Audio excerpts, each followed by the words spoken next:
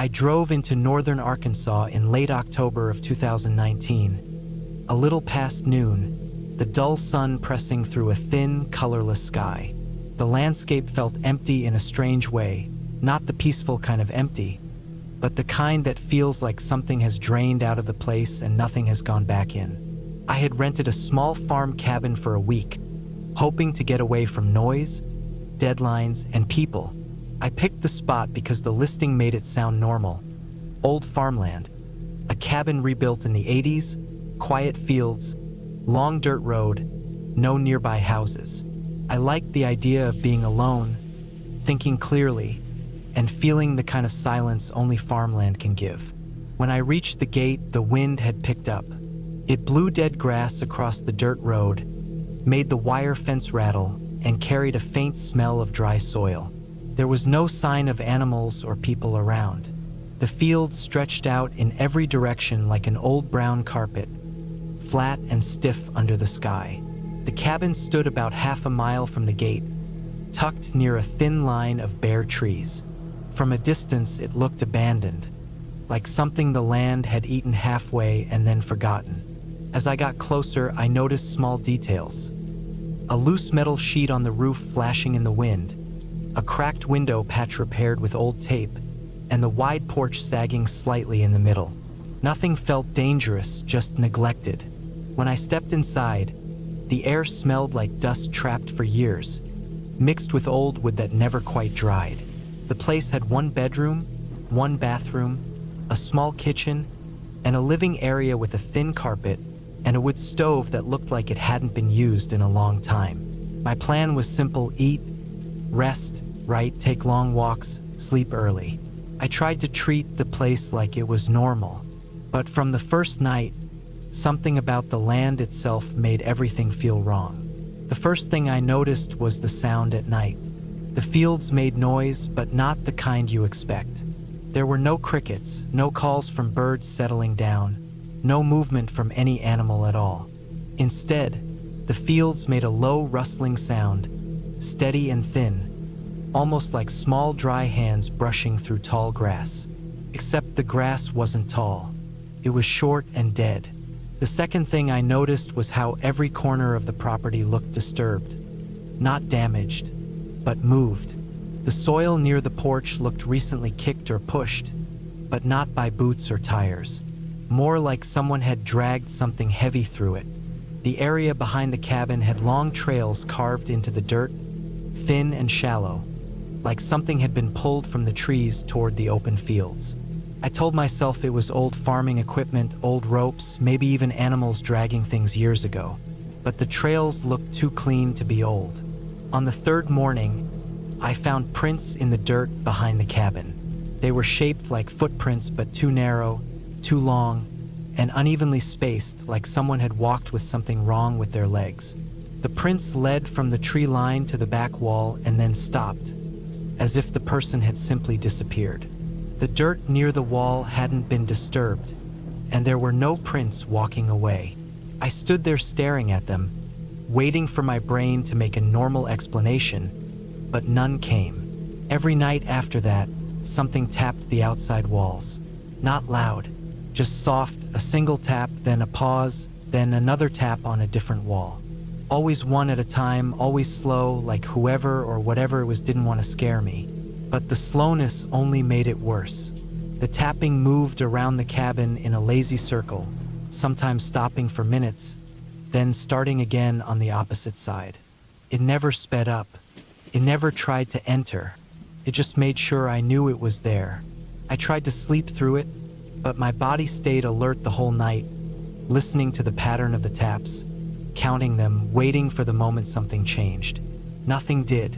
Just slow taps in the dark, circling, like a silent patrol checking every corner of the cabin. On the fifth day, around late afternoon, I walked out into the fields, trying to shake off the feeling of being watched.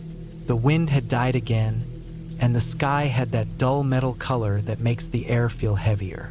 When I reached the far fence line, I noticed the soil had been dug in long, thin patches, like someone had dragged their hands through it again and again. The dragged lines stretched maybe 50 feet long, straight and desperate. They all pointed toward the cabin. I knelt down and touched the soil. It was soft and recently moved, not dry and hard like everything else. My chest tightened. I backed away, walking faster than I meant to, checking the trees, the fields, every direction. The land felt too open, too exposed, like something could rush across it from anywhere without giving me enough time to react. When I got back to the cabin, the front door was open. I knew I had closed it. I knew because I checked the latch twice before leaving. Inside, nothing was missing, nothing was moved, but the air felt colder. The smell of dust was sharper, almost metallic. I checked the corners, the bathroom, under the bed, even the closet with its broken sliding door. Nothing, but something had been inside. I could feel it. That night, the tapping stopped. Instead, I heard something breathing on the porch. Slow, heavy breath dragging in and out, steady like someone trying to calm themselves. The wood of the porch creaked gently under shifting weight. My bed was positioned so I could see the door through the crack where the bedroom door didn't fully close. The porch light flickered from wind hitting the loose wiring. The breathing stayed for so long I stopped counting. It didn't try to open the door. It didn't move around like before. It just stood there, breathing, like it was learning the rhythms of the place, or of me. When the breathing finally stopped, the silence was worse. I stayed awake until sunrise. When I walked outside, the porch had deep marks on it. Thin, long impressions, almost like fingers or sharp tools had gripped the wood. The marks were uneven, carved in different directions, as if someone had been holding onto the porch for balance. My decision to leave wasn't dramatic. It felt more like something inside me had quietly accepted the danger. I packed my things slowly, not rushing, making sure the cabin looked untouched. I didn't want to trigger anything. When I closed the door behind me, the wind sighed through the dead grass, and for a moment I felt like the land itself was relieved. As I walked to the car, I could see the trails in the fields more clearly. There were more of them now, thin dragged lines stretching from every direction toward the cabin, like dozens of things had crawled or been pulled across the land during the night. The lines overlapped, tangled, and disappeared near the porch. When I reached the car door, I stopped one last time and looked back. Something stood at the tree line, far enough that I couldn't see details, but close enough that I could see its shape. Tall, thin, wrong proportions. Not running, not hiding, just standing like it had been watching the whole time. The wind blew nothing, but the trees behind it shook slightly. I got in the car, locked the doors, and drove down the dirt road without slowing down. The rearview mirror showed the empty fields stretching behind me, but I didn't trust the mirror enough to stare at it long. The gate creaked as I pushed through, and once I reached the paved road, my hands were shaking. I didn't look back again. I never reported anything. I didn't tell anyone more than a simple, the place felt off. But even now, years later, when I think about that land, the dead fields, the dragged soil, the taps around the walls, and the breathing on the porch, I know I wasn't alone out there. Something lived on that land long before the cabin was built, and it still moves through those fields without making a sound. The cabin is probably still there. Someone else is probably renting it right now, thinking they'll get a week of peace. Maybe they will. Maybe whatever was watching me has moved on, or maybe it's still out there, standing at the tree line, waiting for another quiet visitor who thinks they understand what loneliness feels like. I learned something important in those fields. Some places aren't empty because nothing lives there. They're empty because whatever does live there doesn't want company. And I left before it decided I was worth keeping.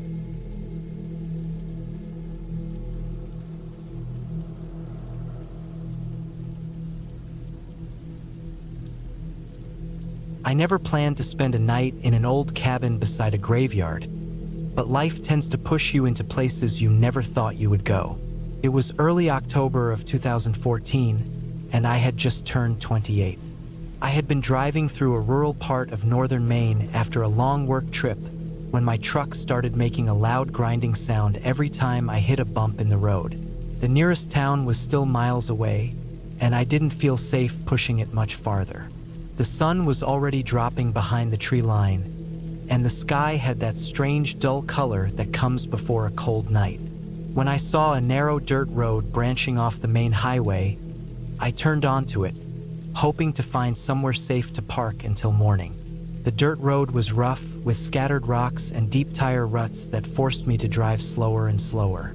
The forest around me was thick, with tall pine trees leaning inward like they were trying to choke the road off. My headlights cut through the branches, showing bits of fog drifting between the trunks. After about 15 minutes of crawling along, I saw the outline of a small wooden structure through the trees. As I got closer, I realized it was a cabin. The wood was dark from age, and the roof sagged slightly in the middle, but the walls still looked solid enough. The place looked abandoned, yet I saw no signs saying to keep out. I parked my truck near the tree line and grabbed my flashlight. As I walked toward the cabin, I noticed something strange on the other side of it. At first it looked like a field, but when I shined my light that way, I saw rows of old gravestones stretching far back toward the forest. Some stones were tilted, some broken, and the grass around them was overgrown and patchy. The graves looked old, too old to still belong to any active cemetery. It gave the entire area a heavy, stale feeling, like the ground had been holding secrets for longer than anyone alive could remember. The cabin door was unlocked. The hinges groaned when I pushed it open. Inside, the air smelled like dust, old wood, and something slightly metallic. There was one main room with a broken table leaning in the corner, a narrow bed frame with no mattress, and a small iron stove against the back wall. The floorboards creaked under my boots. Even though the place looked like no one had lived there for years, it felt better than sleeping in my truck beside an empty road. I decided I would stay there until morning. I set my backpack down near the wall and checked the windows.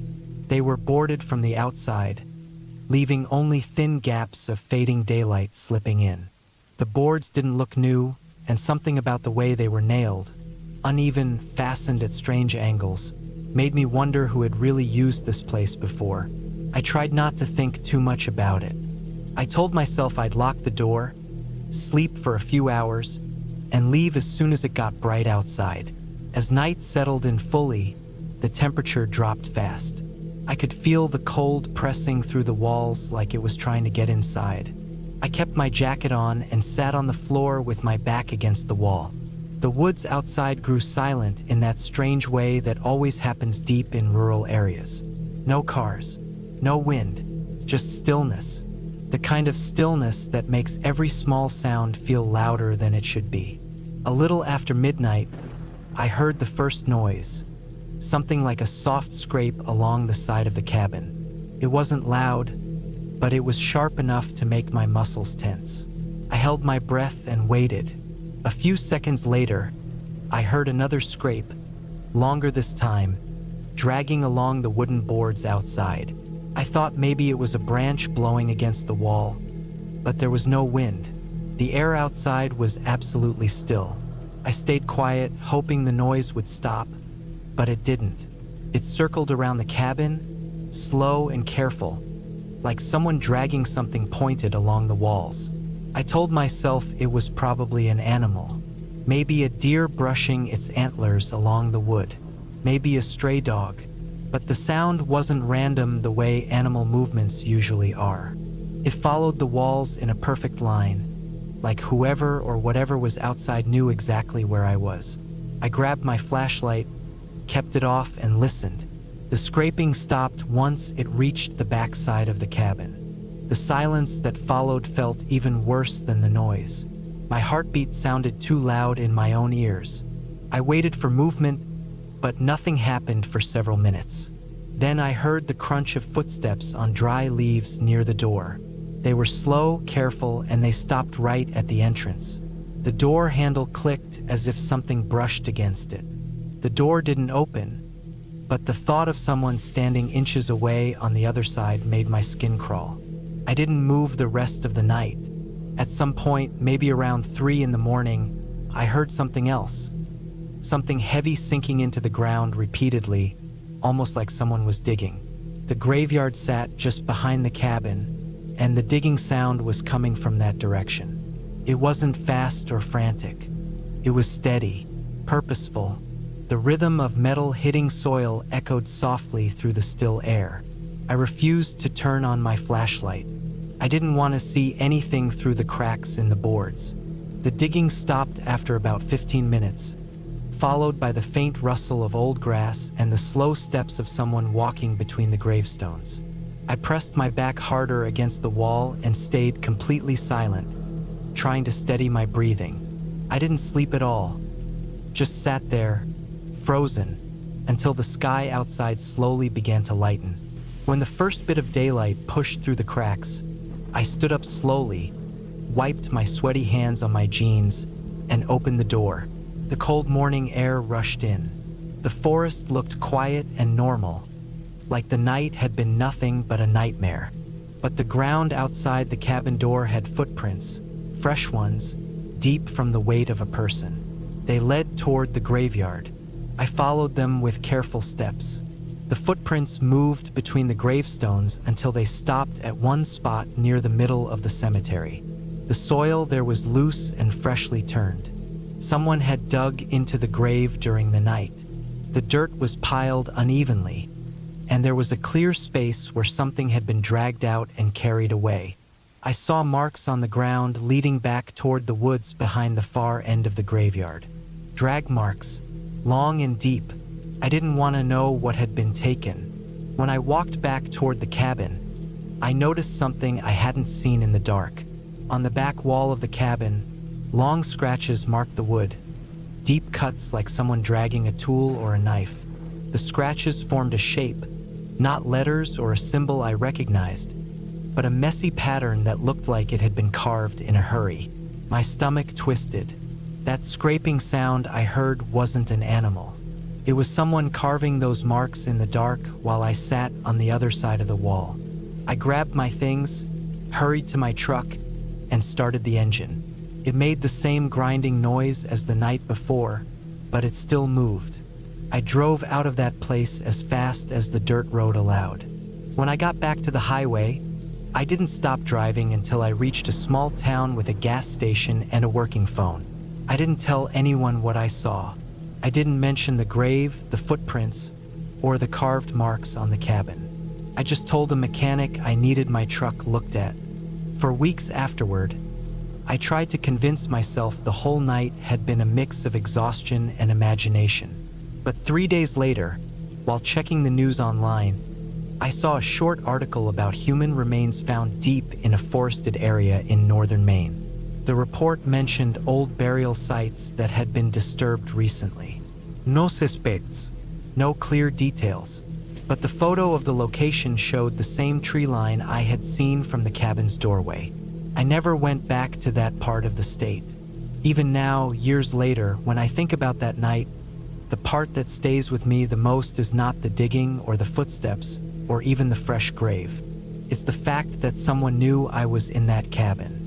Someone watched the place just long enough to carve into the wall while I sat frozen inside, too afraid to move. And whoever walked through that graveyard in the middle of the night had done it before. The marks on the cabin were old, layered over each other. Mine was just one more night in a place someone had been using for a long time. And I know deep down that if I had opened the door even once during that night, I probably wouldn't have walked out of that forest at all.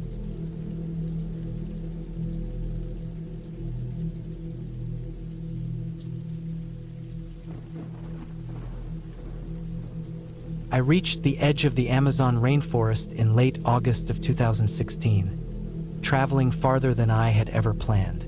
I was 34 then, tired of the noise of the city and the steady pressure of work that seemed to swallow me whole. I had taken time off with the idea that a long hike through a quieter part of the jungle would clear my head. I had no plans to do anything extreme. I only wanted silence, something far away from people, traffic, and the endless vibration of my phone. The humidity hit me immediately. My shirt clung to my back, and the straps of my pack rubbed against my shoulders as I walked deeper into the trees. The ground felt soft under my boots, like everything had been soaked for years. The air had a heavy smell, a mix of wet leaves, soil, and something sweet that I still can't name. I kept walking because the trail ahead felt alive, almost pulling me forward. The only thing I heard was the steady buzz of insects circling around me and the occasional low movement of something small slipping through the brush.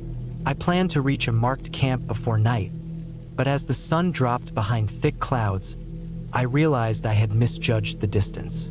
The jungle grew darker faster than I expected. The canopy blocked almost everything, so even before sunset, the light fell into a dim green haze. My legs ached, and the weight of the pack felt heavier every minute. I knew wandering in the dark would only get me lost, so I started looking for any sort of shelter or flat ground. That was when I found the cabin. It stood a little off the narrow trail, almost hidden behind thick vines and tall plants. The wood looked old and gray. The roof sagged slightly, and parts of the outer wall were covered in moss. A thin line of smoke stains climbed the wall near a rusted pipe, as if someone had once used it long ago. There were no fresh footprints, no tools, nothing that suggested someone was living there now. The place looked abandoned, but not destroyed. I felt uneasy the moment I stepped closer, but I told myself it was only because I was tired. The sun was sinking fast, and the shadows thickened around the trees. I tried to steady my breathing as I pushed the squeaking door open. Even though I tried not to use force, the wood groaned loudly, like something inside didn't want to be disturbed. The smell hit me first. It was sharp, strong, and heavy, like something had gone bad but stayed sealed inside too long. My stomach tightened immediately. For a moment, I wanted to turn around and walk into the night instead. But the idea of getting lost in a place this dense scared me more than anything the cabin might hold. The floor creaked under my boots. My flashlight beam shook in my hand as I scanned the room. There was a small table, a broken chair, and a metal stove with a wide crack in its side. Dust thickened every surface. No sign of animals or insects inside, just still air that felt too heavy. I tried to breathe shallowly as I moved farther in. Then I saw it. In the far corner of the cabin, behind a toppled shelf and a pile of old blankets, something large rested on the floor. At first, I thought it was a bundle of clothes because the shape looked uneven. But the closer I moved, the more the smell grew stronger, until I felt it almost coating the back of my throat. The beam of my flashlight lined up with the shape. It wasn't a bundle of clothes. It was a body. I froze. My breath stopped for a few seconds. The world around me went silent except for the pounding inside my chest. The body lay curled on its side, facing away from me. The clothes were torn and covered in dirt, and the skin looked grayish under the dim light. I couldn't tell how long it had been there, but it was long enough for the smell to settle deep in the wood of the cabin. Flies moved slowly around it, making everything feel even more unreal. I stepped back, slowly at first, but my boot pushed against something on the floor. A can rolled across the room and hit the opposite wall with a sharp metallic clatter. The sound echoed unnaturally loud inside the cabin. My heart slammed hard in my chest. I stood perfectly still, listening, expecting some movement, some sign that I wasn't alone. Nothing happened, but the cabin didn't feel empty. My mind raced, trying to piece together what kind of situation I had stepped into. Maybe the person had gotten lost. Maybe they were injured. Maybe they had been hiding here and never made it out. The jungle was huge. People went missing in it all the time. I tried to calm myself by thinking something logical, but the cabin felt wrong in a way that logic couldn't explain. I backed toward the doorway. My hands shook so badly that the flashlight beam scattered across the walls. My boot caught on the uneven floorboard just before I reached the door. I fell forward, catching myself on my hands. A sharp pain shot through my wrist, but I didn't look back. I scrambled to my feet and stepped outside. The humidity hit me like a wave. The jungle, even in the dark, felt safer than that cabin. I leaned against a tree, trying to steady my breath, but leaving wasn't an option. Night was closing in fast. The light was almost gone, and I knew the forest floor would become impossible to navigate without breaking an ankle or wandering completely off course. I told myself I didn't have to stay inside the cabin itself. I could stay just outside, close enough to avoid losing the trail but far enough from that smell and that body. So I set my pack down 10 feet from the door, near a wide tree with thick roots.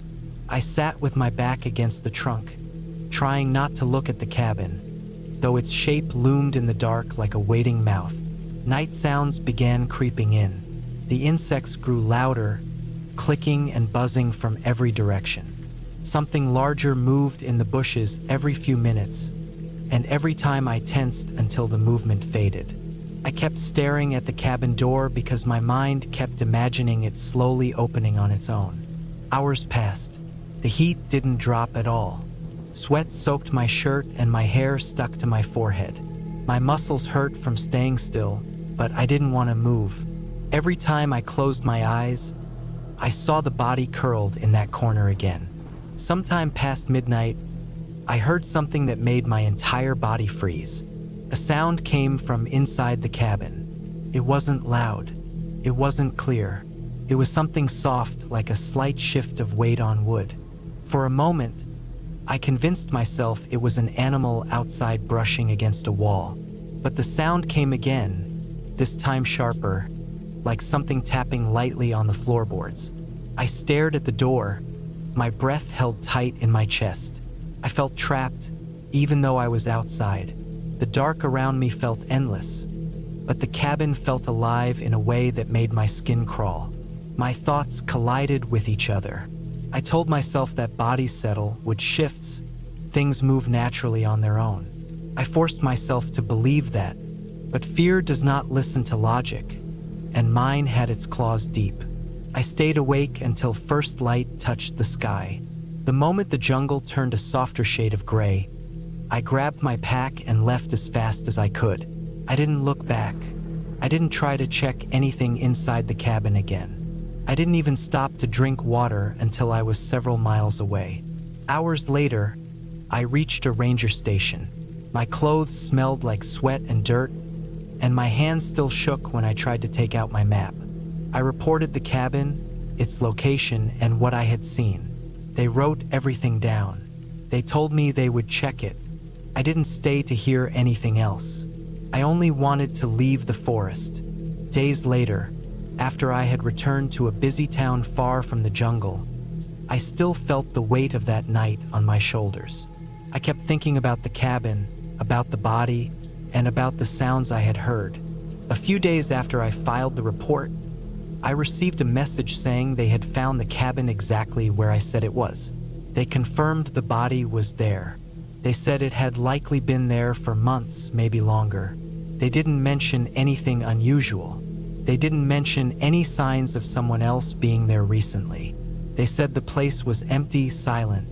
Still, I accepted what they said, but even now, years later, I remember the sound I heard that night. I remember the soft shift of weight, the faint tap on the old wood floor, and I know what I heard wasn't in my imagination. But I also know this: whatever caused that sound stayed inside that cabin, and I left it behind in the jungle. I never went back.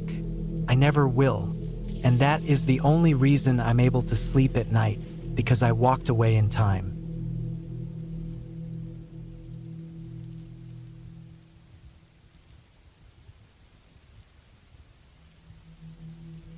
I still remember the smell of wet pine the first time I drove up the dirt road to the cabin. It was the summer of 2013, and I had just turned 28.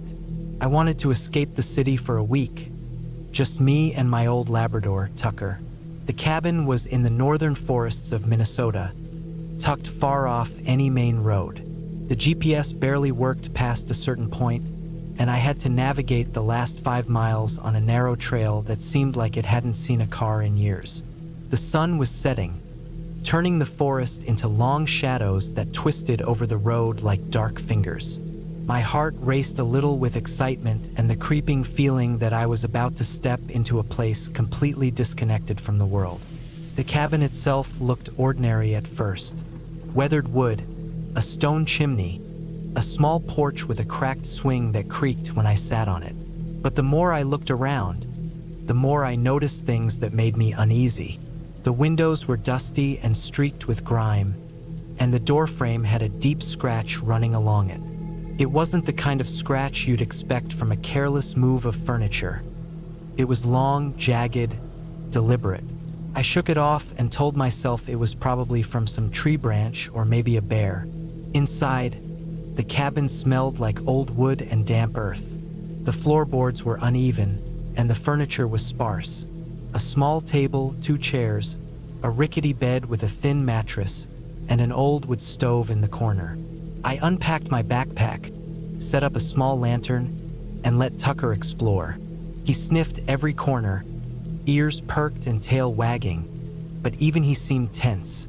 Every now and then, his ears would snap back, his nose twitching as if he caught something strange. That first night, I made a fire in the stove and cooked some beans and rice. The forest outside was alive with the sounds of insects and distant animals, but every now and then, there was a crack that sounded too close, like a branch snapping under heavy boots. I told myself it was wildlife. I tried to sleep, but every small sound made me tense. The cabin settled with a groan, the walls shifting slightly as the night wind pushed against them. I had barely drifted off when Tucker started growling low in his throat. I froze, listening. Outside, I thought I heard breathing, slow and deliberate, circling the cabin. I shone my lantern toward the window, but the glass reflected only the darkness outside. The next morning, I explored the area. The cabin sat on a slight hill surrounded by dense pine trees. To the west, there was a narrow stream that trickled down into a larger lake. I followed it for a while, hoping to find some sense of peace. That's when I saw the footprints. Human footprints in the mud, large and heavy, leading from the tree line toward the cabin. My stomach turned. They didn't look old, maybe from the night before. I called out, but my voice was swallowed by the forest. I followed the tracks back to the cabin, but they stopped at the porch, as if whoever left them had vanished into thin air. I spent the day trying to calm my nerves. I chopped some firewood, cleaned the stove, and kept Tucker close. As the sun dipped, the shadows in the forest grew longer, darker, more solid. I kept thinking I saw movement between the trees, something slipping just out of view. My imagination started to run wild, but the unease in my gut felt real.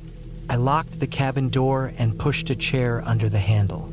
The second night was worse. Around midnight, there was a loud knock on the door, heavy and deliberate. My heart nearly stopped. I grabbed the old hunting rifle I had brought along, cocked it, and peered through the cracked window. No one was there, just the forest, silent except for the sound of leaves rustling in the wind. Then I heard it, the scratching on the walls. Slow, heavy, deliberate scratches, moving from one side of the cabin to the other. Tucker was growling now, low and menacing. I stayed frozen for what felt like an hour, clutching the rifle, listening. Eventually, the noises stopped, leaving only the sound of my own ragged breathing.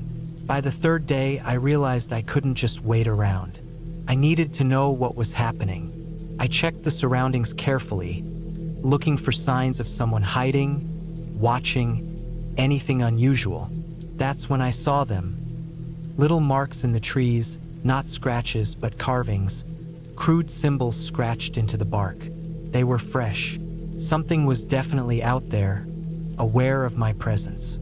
I considered leaving, but the nearest town was over an hour away on the same rough road. I had to plan carefully if I wanted to make it out safely. I spent that night awake watching. Around 2 a.m., I saw it. A shadow moving between the trees, too tall and slow to be a deer. Paused, watching the cabin. I could make out the glint of something metallic, maybe a knife or an axe. My heart raced. I whispered to Tucker to stay calm, though he growled and backed toward me. I held my rifle ready, waiting for a clear shot if needed. Hours passed with nothing more than the rustling of the wind and the occasional snap of a branch. By dawn, the shadow had disappeared. I decided then that I would leave, but cautiously. I packed my things silently, kept Tucker close, and waited until the forest was lit by the morning sun before I tried to navigate back. As I walked the dirt trail, I kept looking over my shoulder, heart hammering. I didn't see anyone, but the feeling of being watched didn't leave. Just when I started to feel relief, I heard a voice. Not a shout, but a whisper carried on the wind. "Go!" My blood ran cold. I made it back to my car without incident.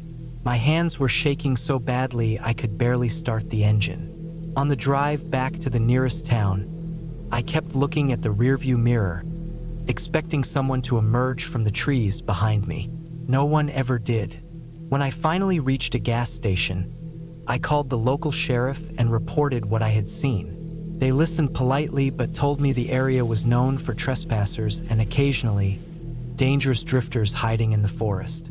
They didn't promise patrols, but they told me I had done the right thing by leaving. I never returned to that cabin. Months later, I found out it had been abandoned for years, left to rot after the previous owners vanished under mysterious circumstances. People had speculated about squatters or criminals using it as a hideout, but no one knew for sure. I never forgot the feeling of being watched, the sense that someone or something had been lurking just out of sight, waiting for me to let my guard down. Now, years later, I drive past similar areas, dense forests, and abandoned cabins, and I still feel that cold edge of fear that gripped me back in Minnesota. I tell myself I was lucky, that Tucker and I made it out unharmed, but I know I wasn't imagining anything. Real danger doesn't need ghosts or monsters. It can hide quietly, just behind the trees, watching and waiting for the right moment. That summer taught me that fear isn't always loud or spectacular. Sometimes, it's the quiet, invisible kind that makes you doubt every shadow and second-guess every sound. And sometimes, it's the kind that stays with you for the rest of your life.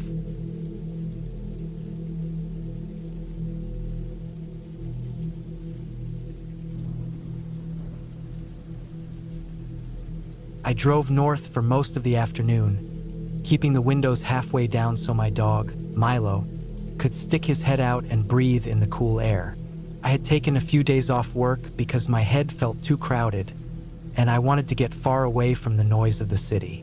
I found an old rental listing online about a small hunting cabin in the upper part of Alberta, away from highways, far from any towns, sitting in a place where the map almost looked empty. That was exactly what I wanted. The reviews were mixed, mostly talking about how isolated it was, how the road was rough, and how there was no cell signal. Those details were the reasons I booked it. By the time I reached the dirt road that led to the cabin, the sky had turned pale and the sun was sitting low behind the trees. The road looked like it had not been used in a long time. Grass grew between the tire ruts and there were fallen branches lying across the path. I drove slowly to avoid hitting anything that could damage the tires. Milo sat upright now, ears forward, watching the trees pass by. He was always alert in new places, and I liked that. Having a dog with me made me feel calmer about being alone out there. The cabin came into view after a long curve in the road. It was smaller than the photo made it seem, with dark wood that looked almost black, like it had taken years of storms without much care. A narrow porch wrapped around the front, and the roof sagged slightly in the middle. There was no fence, no shed, no sign of other people. It felt as if the place had been forgotten. I parked the car a few feet from the cabin and stepped out, listening to the quiet. There was nothing but the wind moving through the tall trees and the soft steps of Milo sniffing the ground. Inside the cabin, the air was stale, as if no one had opened the door in months. Dust lay on the table and shelves. A single bed stood against the far wall with an old wool blanket folded on top. There was a small wood stove, a chair, and a counter that held a metal kettle and a few rusty utensils. It was simple, rough, and silent. I dropped my bag near the bed and opened the windows to let fresh air in. Milo walked around, sniffing corners, then settled near the door with his head flat on his paws. I wanted to explore before it got dark, so I walked around the outside of the cabin. Behind it, the ground sloped down toward a narrow trail that disappeared into thick forest. The trees were tall and close together, their branches knitted so tightly that the inside looked darker than evening should have allowed. The air felt cooler there, almost cold. I didn't go in. Instead, I stood on the edge listening. At first, I only heard wind and leaves, but then I thought I caught a faint rustling, like footsteps moving slowly over dry needles. I waited, but the sound didn't come back. I decided to leave it alone and return to the cabin. Night came earlier than I expected. I lit a small lantern because the cabin had no electricity. The dim yellow glow softened the room but also made the shadows look heavier. Outside, the forest looked like a single dark wall. Milo lay close to me, his ears twitching every few minutes as he picked up sounds I couldn't hear. I tried to read the old book I had brought, but I kept losing track of the words. Something about the stillness made my mind drift in the wrong direction. I shook it off and focused on Milo, who seemed relaxed enough. Around midnight, I woke suddenly. I didn't remember falling asleep, but my neck hurt from how I had been leaning against the bed frame. The lantern had gone out, leaving the cabin almost pitch black except for the faint moonlight leaking through the window. Milo stood by the door, completely still, his body stiff, ears pointing straight ahead. He wasn't growling, but he was tense enough that I knew something wasn't right. I sat up quietly, listening hard. For a long moment, there was nothing, and then I heard something outside. It was faint, like someone stepping on damp leaves, slow and deliberate. The sound moved from one side of the porch to the other. It wasn't the wind. It wasn't an animal moving quickly or carelessly. It had a weight to it. I held my breath and stayed motionless. Milo didn't make a sound, but his body stayed rigid. The steps stopped near the window. I could feel myself getting warmer even though the air was cold. I didn't want to move or make any noise. I waited for the steps to continue, but there was nothing more. Minutes passed, maybe longer, and eventually Milo eased down to the floor again, though he didn't fully relax. I didn't sleep the rest of the night. When the sun finally came up, I stepped outside. The air felt damp and sharp. I walked slowly around the cabin, checking the ground. At first, I didn't see anything unusual, but near the back corner, I found footprints. They were human footprints, clear enough in the wet soil. They led from the trees to the cabin and disappeared toward the forest again. They weren't mine. I had walked on the other side earlier, and the soil hadn't been this damp then. These prints were fresh, made during the night. My stomach felt heavy, and I kept looking over my shoulder, expecting someone to appear between the trees. Milo stayed close to my leg, sniffing the air. I knew then that I didn't want to spend another night there. I had come for quiet and space, but this was different. This wasn't the type of isolation I wanted. I went back inside, packed my things quickly, and checked every corner just to make sure nothing had been disturbed. Everything looked the same, except for the lingering feeling that someone had been standing right outside while I slept. Before leaving, I looked once more into the forest behind the cabin. The narrow trail seemed darker than before, and the air carried a cold smell, like wet metal. I imagined someone standing deep in there, watching the cabin, watching me, waiting for the sun to go down again. The thought tightened my chest. I whistled for Milo, though it wasn't really needed because he was already at my side, ready to leave. I locked the cabin door even though it felt pointless. Anyone who could walk up quietly in the middle of the night wouldn't have trouble getting through an old wooden door. I got into the car and Milo jumped into the passenger seat. As I drove away, the road felt longer and rougher than when I arrived. I checked the rearview mirror often, half expecting to see someone appear on the road, but there was nothing except trees and shadows. When I reached the main road and got a signal on my phone again, I pulled over and just sat there for a few minutes. The sun was fully up now, and the fear I felt during the night slowly changed into something else, something like understanding. The cabin wasn't haunted or cursed or anything like that. It was just too far, too isolated, too easy for the wrong kind of person to approach without being heard. The forest around it was deep and empty enough that anyone could hide there for days without being found. That was what made it scary. The danger wasn't unreal. It was human. I drove back to the city and didn't look back at the dirt road. By the time I reached my apartment, I felt steady again. Milo curled up on his bed, tired from the long drive. I washed my face, sat down on the couch, and realized I didn't regret leaving early. I had wanted peace, but instead I got a reminder that some places are quiet for the wrong reasons.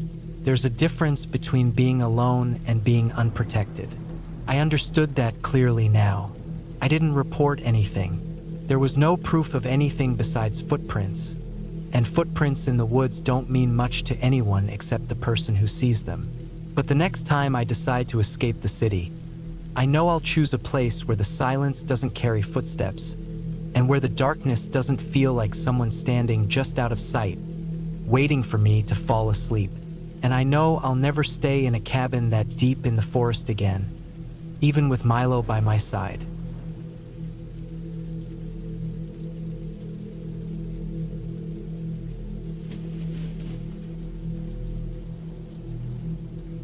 It was the summer of 1998 when I took the temporary ranger post at Cedar Ridge National Park, a sprawling stretch of old pine forests and winding creeks tucked into northern Oregon.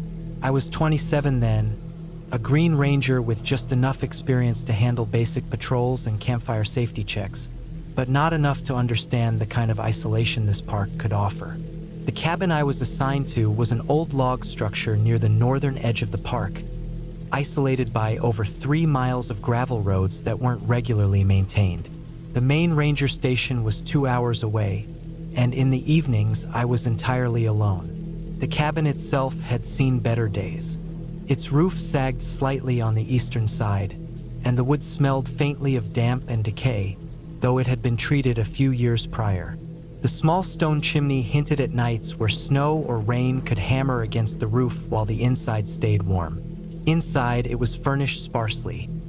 A wooden table, a small stove, a cot with a thin mattress, and shelves lined with outdated survival manuals and a few canned goods. The electricity was limited to a single generator that powered a dim light and a small heater. Otherwise, the cabin relied on lanterns and firewood stacked outside. My first few days passed quietly. I spent the mornings walking the trails, checking for signs of fallen trees, animal activity, and campers who might wander off designated paths. Afternoons were for paperwork, logging reports, and cleaning the cabin. Evenings were simple: lighting a fire, heating water for coffee, and sitting by the small wooden table with a book or a journal. On the fourth night, after a steady rain had soaked the forest, I was sitting on the cot, trying to read by the weak glow of the lantern. The rain had stopped, but a thick fog had rolled in, wrapping the trees and the gravel road in a ghostly whiteness. That's when I first noticed it, a faint crunching of footsteps outside.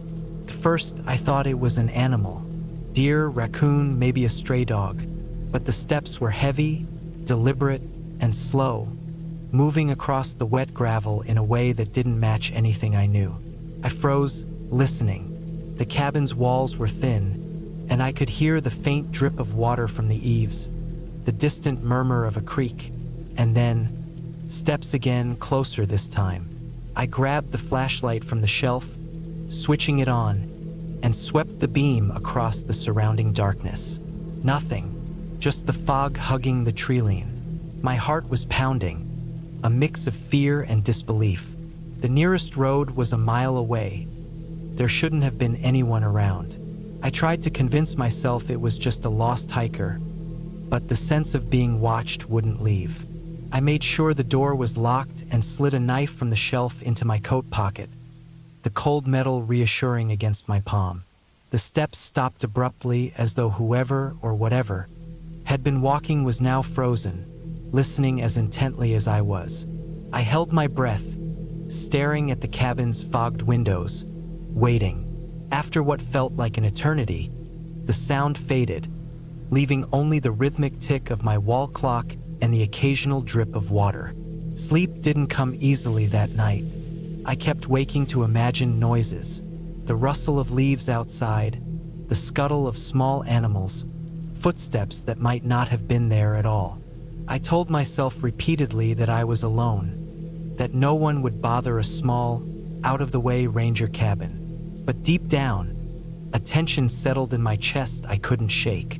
The next morning, I went outside to inspect the area. The gravel road was littered with puddles, mud, and the remains of small branches broken by the storm, but nothing indicated someone had passed through. No footprints, no tire tracks, nothing. I checked the perimeter of the cabin and the surrounding forest floor. Still nothing.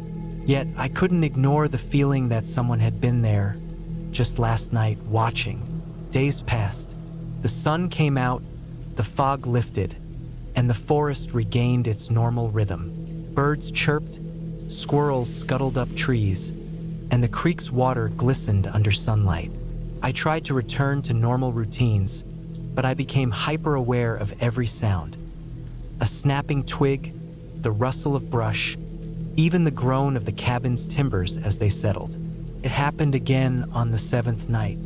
I had just finished a long day marking downfall logs and checking the boundaries of the park, and the evening sky was a fading pink. I was lighting the stove to boil water for dinner when I heard it. A low, slow scrape, like boots dragging across gravel, coming from the north side of the cabin. I froze. This time I didn't move. I waited, listening. The sound stopped. Then another noise, a soft, almost imperceptible tap at the cabin door. I didn't open it. Couldn't. My instincts screamed that whatever was out there wasn't lost. I spent the night sitting on the cot, flashlight in one hand, a heavy wrench from the shed in the other. The noises didn't return, but the fog rolled in again, thicker than before, hiding the world beyond the cabin's dim circle of light. Morning felt like a relief, though my nerves were frayed. I checked the perimeter once more. This time, I noticed faint, muddy footprints leading up to the door, stopping abruptly at the threshold. They weren't animal tracks. They were human, and they weren't new. Overnight rain had partially washed them, but enough remained to make the shape clear. I knew I couldn't stay. The main ranger station was 2 hours away, and I had to find a way to safely reach it without putting myself in the cabin. I packed my essentials: food, water, a map, compass, and radio. I kept the flashlight and wrench handy. As I stepped outside, the forest was quiet, almost expectant. The fog had lifted slightly, and the sun was struggling to break through. My boots sank into the wet soil, and I kept my eyes scanning the treeline, every shadow feeling like a threat. I made it to the gravel road without incident, but I didn't stop walking until I reached the ranger station, exhausted and soaked from the wet grass. When I finally reached the station, I reported what had happened. The noises, the footprints, the sense of being watched. The senior ranger nodded gravely. "Isolation can play tricks," he said, but I could see the concern in his eyes. "But you did the right thing. Cabin's inspection will happen tomorrow with backup." The following week, a team went with me to the cabin. The structure was empty, No one inside, no evidence of recent activity beyond what I had found. But around the edges of the forest, they found traces of recent trespass. A small campsite not far from the treeline, hidden under fallen branches, clearly abandoned quickly. Whoever had been watching the cabin had fled before we arrived. I requested a transfer shortly afterward. I stayed at Cedar Ridge for a few more months, mostly on day patrols, but I never went back to that northern cabin. The experience stayed with me, a constant reminder that isolation in the wilderness can be as dangerous as any wildfire or storm. Some threats aren't supernatural. They're human, patient, and silent, lurking just beyond the line of sight. Years later, I sometimes think about that night, about the footprints and the slow, deliberate steps in the fog. I've worked in other parks since then, places with more rangers, more visitors, more noise, but nothing ever made me feel the way I did in that silent, fog-draped forest, in a cabin that seemed so small and fragile against the vast, watching wilderness. The memory serves as both caution and lesson. Respect the woods, respect isolation, and never underestimate the quiet determination of someone or something who wants to remain unseen. Even now, when I hear about a ranger being assigned to a remote outpost, I feel that old tension in my chest, a reminder that sometimes the scariest part of nature isn't the animals or the weather. It's what we can't see, patiently waiting, just beyond the edge of our light.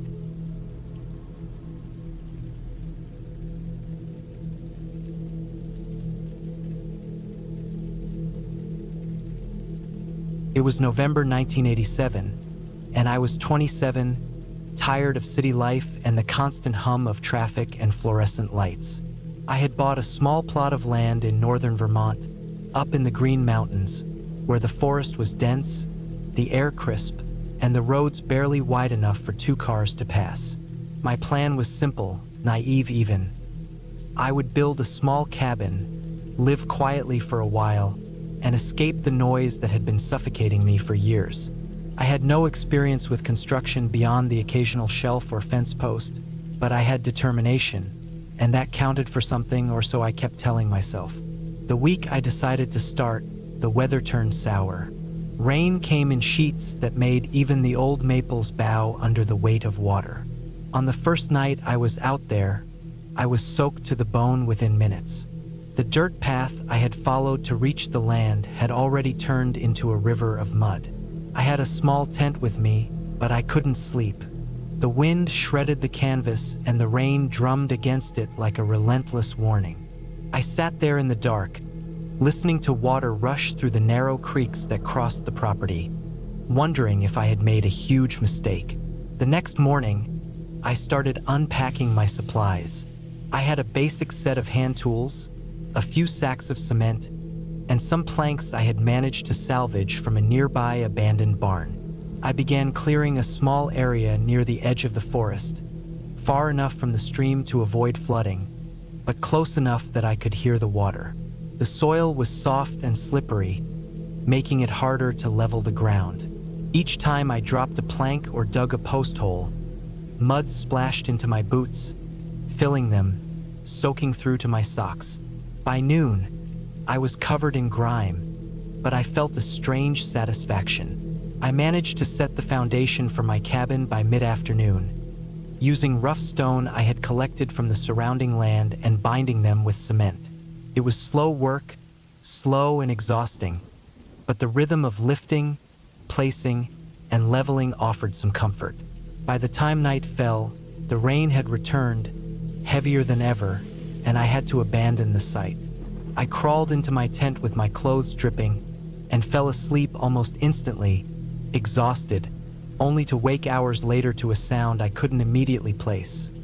A soft, dragging noise, wet and deliberate, moving around the edge of the tent. My heart thumped, my breath quickened, but I stayed frozen. Eventually, the noise stopped, and I convinced myself it had been a branch, or perhaps a raccoon scavenging near my supplies. Still, I didn't sleep the rest of the night. The next day, I started building the walls of the cabin. I had measured the logs carefully, stacked them roughly, and started securing them together. Every time I hammered a nail, the wood absorbed it like it had been waiting for decades, resisting, groaning. The rain had made the logs slick, and I had to constantly wipe them down with a rag. By mid-morning, my hands were blistered and stiff, but I felt a strange connection to the land, as if it had acknowledged my effort. Around noon, I heard the sound again.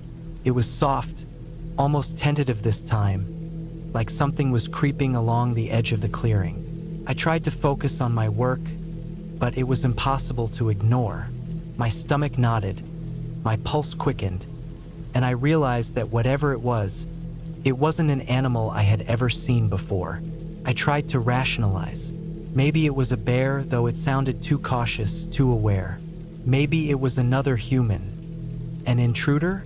The thought made my chest tighten, but the cabin walls weren't finished. I had no real defense except a hammer and a few sharp pieces of scrap wood. I kept building, hammering faster, sweat and rain blending into one cold, sticky mess on my skin. By dusk, I had managed to raise the walls to chest height, and I thought maybe I could make it through the night safely. I piled logs over the remaining gaps as best as I could, and climbed into the tent, shivering. The night was worse than the first. Rain soaked everything, and the sound outside seemed closer, more deliberate. I could hear twigs snapping under weight, soft, careful steps that circled the cabin, then paused. Every now and then, the wind shifted, and I could make out a dark silhouette moving among the trees, watching. I lay completely still, listening to it, waiting for it to leave. Hours passed. I didn't sleep, couldn't. By the time dawn came, the rain had stopped, leaving a dense, clammy fog hanging over the forest. My boots sank into the mud as I stepped out, cautious, hammer in hand. I checked the perimeter. Nothing. No footprints. No broken branches. Nothing that would suggest a human had been there. Yet I felt it. I felt that someone or something had been watching. I shook my head, telling myself it was just fear, just exhaustion, just imagination. I needed to focus. I had walls to finish. The next day was clearer, and I worked feverishly. I finally raised the walls to full height and added the roof trusses I had cut and prepared in the days prior. Rain began again in the late afternoon, but I was ready. I covered the cabin with a tarp, tied it down with ropes, and even managed a crude door from a leftover plank. Exhaustion and fear had blended into a strange sense of accomplishment. By nightfall, I was able to sit inside the cabin, dry and relatively safe, listening to the rain hammering against the tarp. The nights that followed were tense but uneventful. I had windows made from leftover clear plastic sheeting, and I could see out while staying dry. I noticed tracks in the mud, larger than a dog, smaller than a bear. Deer perhaps, or a human, but no one approached while I was inside. I set up a small fire pit outside, cooking simple meals and keeping a makeshift lantern burning at night. I slept more, though always lightly, listening to the rhythm of rain and wind and distant animals. Over the next week, I improved the cabin. I reinforced the walls, added shelves, and dug a small trench around it to divert water. I even managed to rig a crude rainwater collection system using an old barrel. Each improvement made me feel safer, more in control, though I never shook the memory of those nights when I thought something was circling outside. I realized the forest had rules I had to respect. It was not the place of spirits or fairy tales, but of very real dangers: weather, wildlife, and the unpredictability of other humans. By the time the rain finally stopped for good, the cabin was functional. It was small, only enough for me and my supplies, but it was sturdy, dry, and warm. I sat on the wooden floor, watching the sunlight filter through the mist among the trees, and felt a profound sense of relief. I had survived nights filled with fear, harsh weather, and the unknown. I had built something with my own hands, The forest remained quiet, the tracks disappeared, and the oppressive fear lifted. I knew I could face it again, rain or no rain, human or animal. I had learned the rhythm of the land, the sounds of the woods, and the way to make it through. That first week of building a cabin, surviving the rain, and confronting fear, I realized something vital. Real fear was tangible, real, and conquerable. It wasn't about stories or legends. It was about understanding the environment, respecting it, and preparing yourself to endure it. By the end, I wasn't just living in the forest. I was a part of it. And for the first time in years, I felt completely, undeniably alive.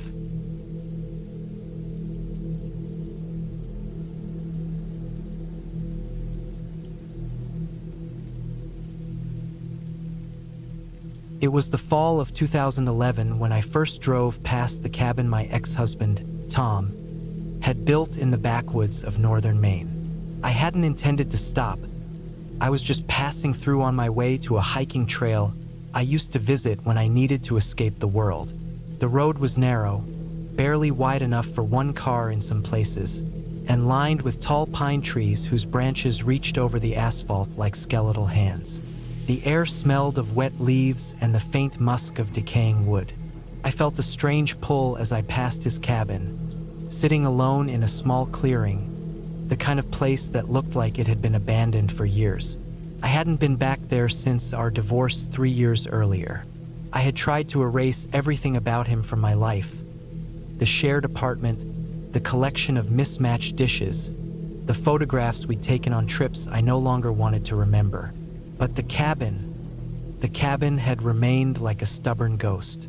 It was built on a small rise, old logs darkened by weather, the roof sagging slightly under the weight of too many winters.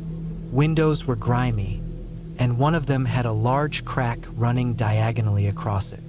A thin column of smoke drifted from a crooked metal chimney, as though someone or something was still using it. I slowed my car instinctively, gripping the steering wheel tighter. My rational mind told me to keep going, that I had nothing to do there. Yet my curiosity overpowered me. Maybe it was morbid curiosity, maybe a compulsion to see what had become of the place that had once held so much anger and disappointment. I parked in the gravel driveway, crunching over uneven stones. The cabin looked smaller up close, almost fragile, but it still had that oppressive presence, the kind that made the hairs on your neck stand on end without warning. The door was old, the wood swollen and warped. I knocked lightly, then pushed it open, the hinges protesting with a long, rusty groan. Inside, the air was cold and smelled faintly of mildew and old smoke. Dust coated every surface like a thin blanket, and the floorboards creaked beneath my feet. It was empty, but not entirely. The remnants of someone's life were scattered around. A chipped coffee mug on the counter, a pair of worn boots by the stove, a stack of newspapers yellowed with age. I walked through the cabin slowly, taking in every detail. The kitchen had a small, rusty sink, and a few cabinets hung crookedly on the wall. The living room had a sagging couch with torn upholstery, the stuffing peeking out like gray fur. There was a small wood stove in the corner, its door half open, ashes spilled onto the metal plate beneath it. I felt the weight of absence pressing down on me, the sense that someone had lived here in isolation, surviving off the land, and then left or been forced to leave without a trace. I moved toward the bedroom, and that's when I noticed it. The floorboards were scratched, gouged with long, irregular lines, like claws or tools dragged across them. My stomach twisted. The scratches continued toward the window, where a piece of wood had been forced aside. The wood was splintered, and the nails bent in odd directions. Someone had been trying to get in or out. The thought made my pulse spike. I tried to shake it off, telling myself I was imagining things, that the cabin had simply deteriorated. But the feeling of being watched didn't go away. I stepped back and looked around the room more carefully. On the dresser, There was a small envelope, yellowed and brittle. Picked it up and opened it. Inside were several photographs, Tom, of course, and then others I didn't recognize. They were taken in the woods near the cabin. Trees, the river, the clearing where the cabin sat. But in every photo, there were faint, almost imperceptible disturbances in the background, like shapes or shadows that didn't belong. I swallowed hard and set the photos down. My eyes flicked to the door, expecting something, anything, to be there. Nothing. I could hear my own breathing, uneven and tight, and the faint creak of the old cabin settling. It felt oppressive in a way that was hard to describe, like the air itself was thick with tension. I decided to leave, rationalizing that lingering any longer would only make me more paranoid. But as I turned toward the door, I noticed footprints in the dust leading from the back of the cabin toward the woods.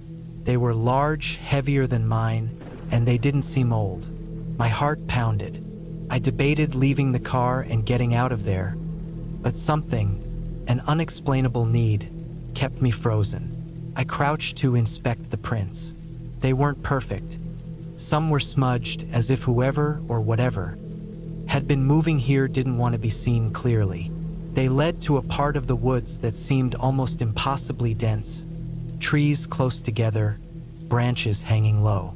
I felt a chill run through me, not from the cold, but from the realization that I was seeing evidence of someone still inhabiting or at least trespassing in this abandoned cabin. I backed out of the cabin slowly, careful not to disturb the fragile floorboards more than necessary. My car felt impossibly far away, the clearing stretching longer than it had seemed from the road. The wind picked up, rattling the roof and shaking branches against the walls, making a scratching sound that echoed like fingernails. I jumped, my pulse hammering. I reminded myself that the woods were full of animals, of raccoons and deer, and that the sound had a natural explanation. But the instinctive terror didn't subside. I finally made it to my car, hands trembling as I locked the doors. I sat there for a moment, listening. The wind continued, the trees groaning, and then I heard it. A soft shuffle, far away but unmistakable, moving from the cabin toward the woods. I didn't look. I started the engine, backing down the narrow road as quickly as I could without losing control. My eyes kept darting to the rearview mirror, half expecting to see someone, or something, standing at the edge of the clearing, watching me leave. When I reached the main road, the adrenaline began to fade, leaving a dull ache of exhaustion and unease. I couldn't stop thinking about the cabin, the footprints, the photographs. It was a place that had been abandoned, yet not entirely. It held secrets, small pieces of a life that had carried on in silence, hidden from the world. I realized then that Tom had left more than just memories behind.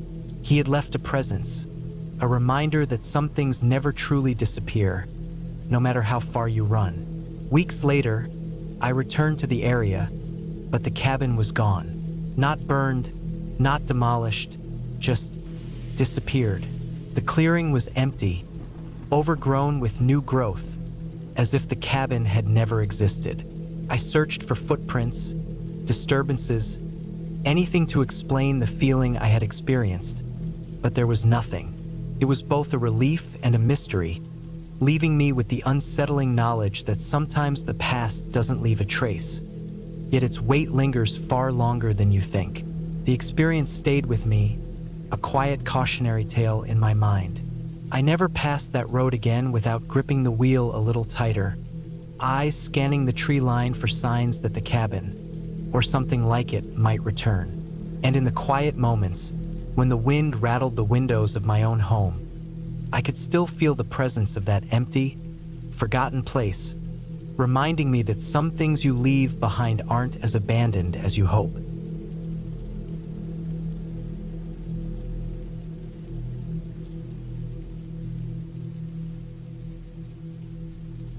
I drove into northern Manitoba in late October of 2016, following an old dirt road that barely looked used anymore. The trees on both sides leaned in toward the center like they were tired of holding themselves up. Most of the leaves were already gone, and the wind pushed around the ones left on the ground, making a dry, scratching sound like stiff paper being dragged along a floor. I had come there for a break from work and everything else, thinking a few quiet days in the woods would clear my head. I picked a small lake from an old map, one that didn't have any cabins marked near it. I wanted to camp alone, fish a little, and stay far away from anything loud or crowded. The road went on longer than I expected. It narrowed until branches scraped the sides of my truck, and I had to slow down to avoid hitting the deeper potholes filled with brown water. There were no fresh tire tracks. It looked like I was the first person to drive there in months. By the time I reached the dead end, the sky was already going dim with that early northern sunset. I got out and stretched, breathing in air that felt cold enough to sting the inside of my nose. My boots sank a little into the damp ground as I unloaded my bag and the small cooler. I walked through the trees toward the lake, but before I reached it, I saw something I didn't expect. To the right, down a small slope, there was a dark line of wood that didn't match the natural shapes around it. When I got closer, I saw the outline of a building. It was a cabin, old and gray, leaning slightly to one side like the ground under it had settled unevenly over the years. The roof sagged toward the middle, and the windows were so dirty they looked painted over. I didn't like that it was there. I had chosen this area because the map showed nothing but maps that old could be wrong. Maybe someone built it years back and then left it. The clearing around it was small and crowded with thin trees that blocked most of the wind. Moss grew thick along the bottom logs, and the soil was dark and soft as if it rarely saw sunlight. My first thought was to ignore it and set up camp by the lake anyway. But the feeling of that cabin sitting there, hidden and forgotten, settled in my stomach in a strange way. I didn't like the idea of sleeping close to something like that without at least checking it from the outside. I got closer and looked at the door. The wood was split and the hinges were rusted. A broken padlock hung still attached to a piece of chain nailed to the door frame. It looked like someone had cut it long ago. The cabin smelled like wet wood and old dirt, even from outside. I could hear nothing inside. No sign of animals, no sound of movement, just silence. I walked around the side. The grass and weeds were tall, flattened in some places like something had moved through them recently. But there were no footprints and no tire marks. The air felt heavy, and every step made the ground feel softer, like it had been disturbed too many times over the years. When I reached the back, I noticed something that made me stop. A window there had a piece of cloth stuck in the corner, like someone had tried to block it once and then left it hanging. It was torn and faded, but it looked newer than the rest of the cabin. Not new enough to be recent, just newer than the building itself. I walked away from it and went back toward the lake. The water was dark and flat, almost black now that the sun was nearly gone. A thin layer of ice had started to form near the edges. The place looked peaceful in a cold, rough way, but I couldn't relax. That cabin sat too close, and everything around it felt wrong in a way I couldn't explain. I unpacked my tent anyway, thinking I'd sleep one night and leave in the morning if the place still felt strange. After I set up the tent, I gathered some fallen branches and lit a small fire. The light didn't go far because the trees were packed tightly around the clearing. Every few minutes the wind would move through the branches with a low hum, but other than that the forest felt empty. I ate a simple meal and tried to settle down, but I kept looking in the direction of the cabin without meaning to. Even though it was hidden behind the trees, I could picture exactly where it was. I had the feeling that if I walked there again, I might notice something I missed before, something that would make the whole situation clearer. But I didn't want to go near it in the dark, not in that heavy silence. When it got late, I put out the fire and went inside my tent. The ground felt colder than before, and every sound seemed sharper in the quiet. I lay there, listening to the wind and the occasional crack of a branch far away. After a while, I started drifting into sleep, but a noise snapped me awake. I couldn't tell what it was at first. It was soft, but it wasn't wind or an animal. It was a dull thud, then another one, slow, spaced apart like something hitting wood. I lay still, my heart beating hard in my chest. The sound came from the direction of the cabin. I didn't move. I didn't even breathe for a few seconds. The noise stopped. The forest went quiet again, too quiet. I waited, thinking maybe it was just a branch falling or something shifting as the temperature dropped. But then it happened again. Another thud, heavier this time. I got out of the tent, pulling my jacket tight around me. The air felt colder than before, and the ground had a thin coat of frost on top. I stood there listening. The noise was clear now. It was coming from the cabin. It wasn't fast and it wasn't random. It was steady, like something bumping against the inside of a wall or the door being pushed gently, again and again.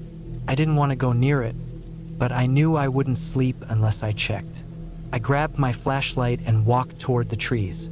The beam of light shook slightly in my hand. The closer I got, the colder the air felt. When the cabin came into view, the noise stopped again. Everything went still. I shined the flashlight at the front door. The wood looked the same as before. Nothing had changed, but the ground had. There were marks in the soft soil near the door, long lines like something had been dragged or pushed there. They weren't fresh like from that moment, but they were recent enough that the frost hadn't covered them fully. They led toward the door, then stopped right in front of it. The air around me felt too quiet, like the woods were holding their breath. I backed away slowly, keeping the flashlight on the cabin. I didn't want to turn around and run because I felt like something would move the second I stopped looking. I kept walking backward until I reached the line of trees and then turned and made my way quickly back to the tent. I didn't try to sleep after that. I sat inside my tent with the flashlight on, listening to the woods. The noise didn't come back, but the feeling of something being wrong did not leave. As soon as the sky turned gray with daylight, I packed everything fast. The ground around the campsite looked normal, but I didn't stay to examine it.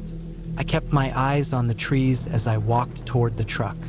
When I reached it, my hands were shaking from the cold and from the long, tense hours of waiting for morning. The road felt tighter than before, and I drove out faster than I should have, letting branches scrape the sides without caring.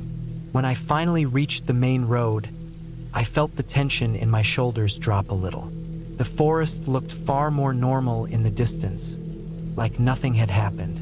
But the image of those drag marks in the dirt stayed clear in my mind. Something had been moving around that cabin during the night. Not a ghost or some unreal creature, but something physical, something that could push against wood and leave marks in the ground. Later, when I looked into old records out of curiosity, I found a short mention of a hunter who lived in a cabin near a small lake north of Manitoba decades ago. He disappeared in the early 1980s. His cabin was searched once, briefly, but the ground was soft and the woods were thick. No one found him. They stopped looking after a while. I didn't go back to check if the place I found was the same. I didn't need to. I had seen enough. The cabin was still there, and whatever had happened to him, whatever had moved around inside or outside his cabin all those years later, was still part of that place. It wasn't supernatural. It wasn't impossible. It was just something real, something that had stayed hidden for a long time. And I was lucky I left when I did.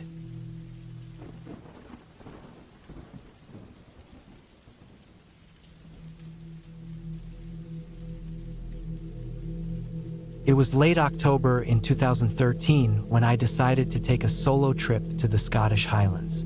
I had been working in London for years, stuck in an office that seemed to shrink me a little every day, and I needed to get out. My plan was simple: rent a small cabin near Loch Tay, spend a week hiking, reading, and just breathing. The cabin was advertised as remote but cozy, and the pictures online showed a small stone building surrounded by dense pines and heather-covered hills. I had booked it through a local agency, paid up front, and convinced myself that the isolation would be exactly what I needed. The drive from Edinburgh to the cabin took longer than expected. Narrow, winding roads twisted through forests that seemed endless, and by the time I arrived, the sun was already low, casting long shadows over the landscape. The cabin looked exactly like the photos. Small, stone, with a chimney and a moss-covered roof. Smoke curled lazily from the chimney, suggesting someone might already be there or had been recently. I shrugged off the thought. Maybe the caretaker lived nearby. Inside, the cabin smelled of damp wood and something faintly metallic, like old iron. The furniture was sparse but serviceable. A wooden table, 2 chairs, a small bed with a thick wool blanket, and a tiny fireplace. I unpacked my bag, lit a fire, and made myself some tea. Outside, the wind whispered through the trees, rattling the cabin walls, and for the first time that day, I felt completely alone. It was quiet in a way that felt almost too complete, as if the world outside had paused. I fell asleep early that night, the sound of the wind and the occasional crack of a branch against the cabin keeping me alert in a way I wasn't used to. When I woke around 3 in the morning, I couldn't sleep anymore. The moonlight slanted through the small window, painting the wooden floor in silver. I thought I saw movement outside, a flicker between the trees, but when I blinked, there was nothing. My heart beat a little faster. I tried to calm myself, telling myself it was probably just a fox or a deer. Then I heard it, a soft tap on the cabin door. Not a knock, not a bang, just a quiet, deliberate tap.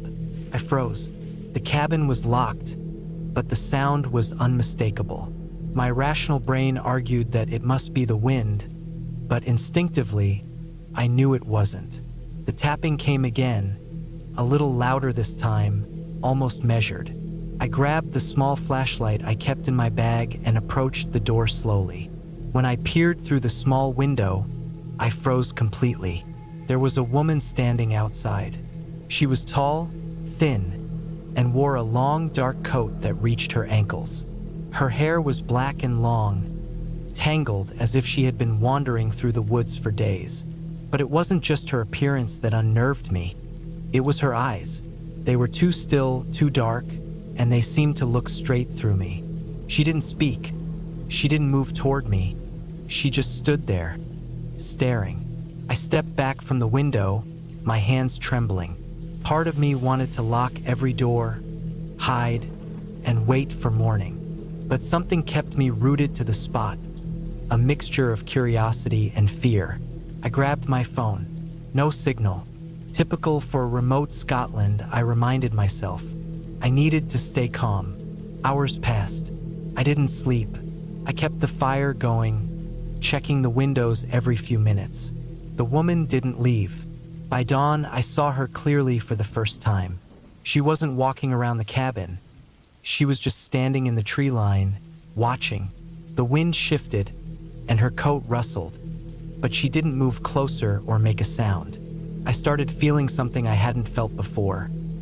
A creeping sense of unease, the kind that makes your skin crawl even when nothing is physically touching you. By mid-morning, I decided I had to do something. I couldn't stay inside all day while this woman loitered outside. I grabbed my jacket, my walking stick, and cautiously stepped outside. The air was crisp and cold, and the dew on the grass soaked through my boots within minutes. She was still there, standing absolutely still, almost blending into the shadow of the pines. I tried speaking, even though I hated myself for it. "Can I help you?" I asked, my voice shaking more than I wanted. She didn't respond. She didn't move. She just stared.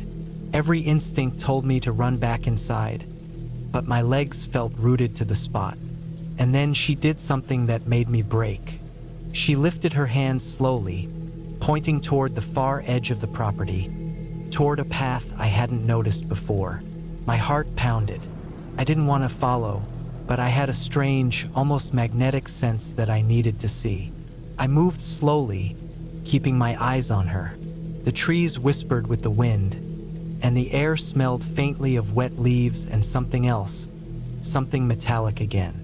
As I approached the edge of the cabin's property, I saw why she had been pointing. Hidden under the undergrowth was an old, abandoned shed, half collapsed and rotten. Inside, lying on the ground, was what appeared to be a makeshift camp. Tattered blankets, empty cans, and a backpack that looked eerily like mine. My mind raced. Someone had been here. Someone had been watching the cabin. She wasn't just a random stranger. She had been there for days, maybe weeks, and had been waiting. I stumbled back toward the cabin, panic clawing at my chest. When I looked up, she was gone. Just like that, she had vanished, leaving the trees empty and silent. I spent the rest of the day barricading the doors and windows, checking the perimeter repeatedly. The woman never returned, and the sense of being watched slowly faded as night fell. I didn't sleep again, not properly, and when morning came, I packed everything in a blur of fear and exhaustion. I drove back down the winding roads as fast as I could, never once looking in the rearview mirror. Years later, I learned from a local ranger that the area had occasionally been used by a woman who lived as a recluse in the woods, surviving off scraps and abandoned cabins. She was known to be harmless but extremely wary of strangers. The ranger said she sometimes appeared suddenly, as if she had been there all along, and then disappeared just as quickly. That explanation made sense, but it didn't make the memory any less vivid. Even now, when I think back, I remember the way she stood, perfectly still, her dark eyes locked on mine, and the feeling that for a moment, the forest itself had paused around us. It was terrifying, yes, but there was also something oddly fascinating about her presence. A reminder that the world is larger, stranger, and more unpredictable than our daily lives let us see. I never returned to that cabin, but I sometimes wonder if she still watches the old paths, waiting quietly for the next person to stumble into her hidden world. And in that thought, I find both fear and a strange, respectful awe. The highlands are beautiful, wild, and sometimes, when you think you are completely alone, you are not.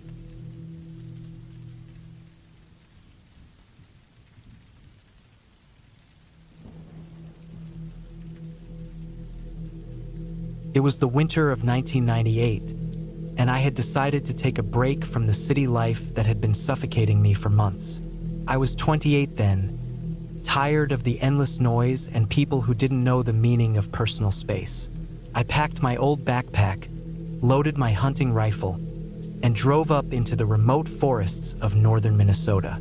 The area was nearly untouched, with miles of pine and spruce stretching in every direction, broken only by frozen rivers and snow-covered hills.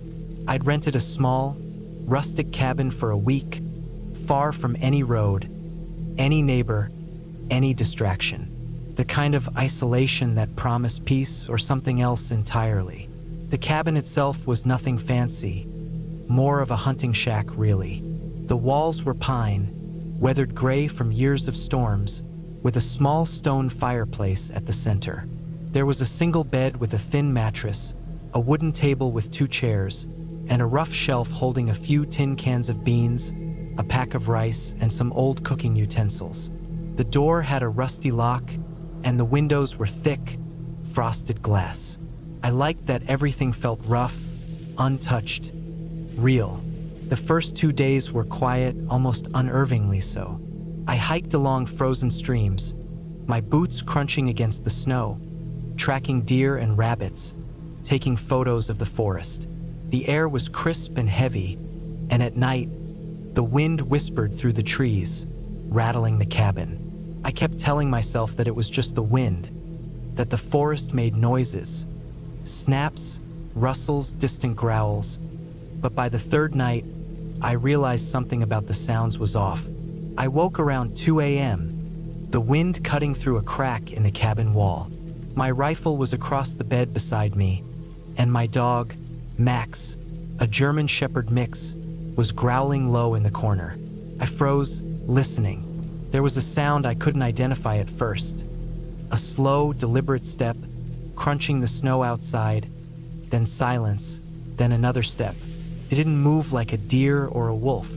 It was heavy, slow, and measured, like someone knew I was in there and wanted to be heard. I tried to shake it off. I told myself it was probably another hunter or a bear, or maybe just the forest playing tricks. I checked the locks and the windows, made sure Max was calm. By morning, the snow outside looked untouched. No tracks, no footprints near the cabin. I thought maybe I had imagined it. Day 4, I went hunting early.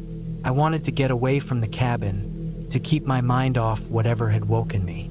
The woods were beautiful in the morning light, frost glittering on the branches, the river frozen into sharp, glassy edges.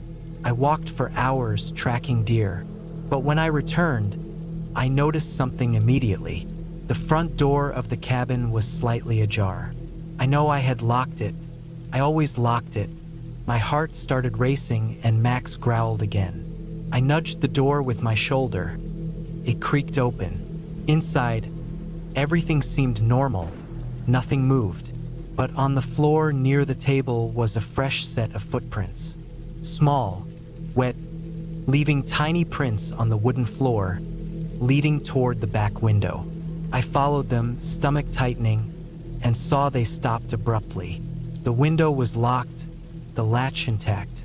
I bent down, inspecting the prints. They weren't mine, and I had never seen shoes like the ones that made them. I didn't sleep that night. I kept the rifle close, Max at my side, ears alert. Around midnight, I heard it again. Footsteps in the snow, circling the cabin.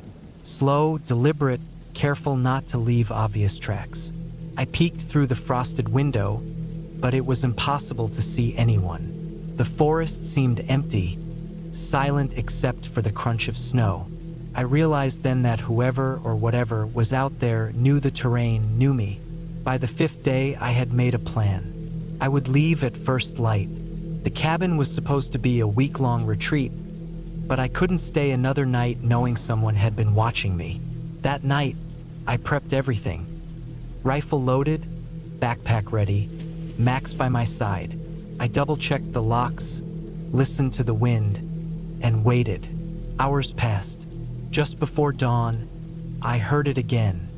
The crunching footsteps, slower this time, as if moving away.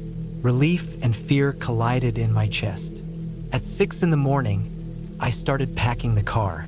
I had parked it a few hundred meters down a frozen path. The snow had covered my tracks from the previous days, but the path looked fresh. As I approached the tree line leading to the road, I noticed something impossible. My footprints from yesterday were joined by another set. Someone had been walking behind me, step for step, all night. I didn't look back. I ran, Max barking furiously, through the trees, slipping on ice, ignoring the burning in my legs. The forest seemed endless, the trees blurring together. I stumbled onto the snow-covered road, my car just in sight. The tires crunched as I slid in, slammed the doors, locked them. Max jumped into the back, still growling. I started the engine, trying not to look behind me, trying not to think about the fact that someone had been watching me, possibly inside the cabin just hours ago. Driving back down the narrow, winding roads, I thought about what I had seen, what I had heard. I realized I had been lucky, that whoever had been following me hadn't attacked, hadn't revealed themselves fully. They had waited, watched, knowing I would eventually leave. My heart didn't stop pounding until I hit the main highway. Weeks later, I called the local ranger station, trying to explain what had happened. They told me the cabin had been used before by hunters, and there had been reports of trespassers in the area, people who liked to follow or scare others for sport.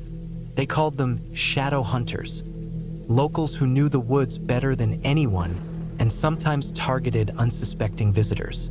No arrests had been made. The forest was too large, the winter too harsh. I never went back. The memory of those slow, deliberate footsteps, the footprints that appeared and disappeared without explanation, stayed with me. Even now, when I hear snow crunching outside my window, I remember the fear, the isolation, the knowledge that someone or something had been out there, waiting. But at least I survived. I made it out alive, and I learned that isolation can be beautiful, but it can also be dangerous in ways you can't predict.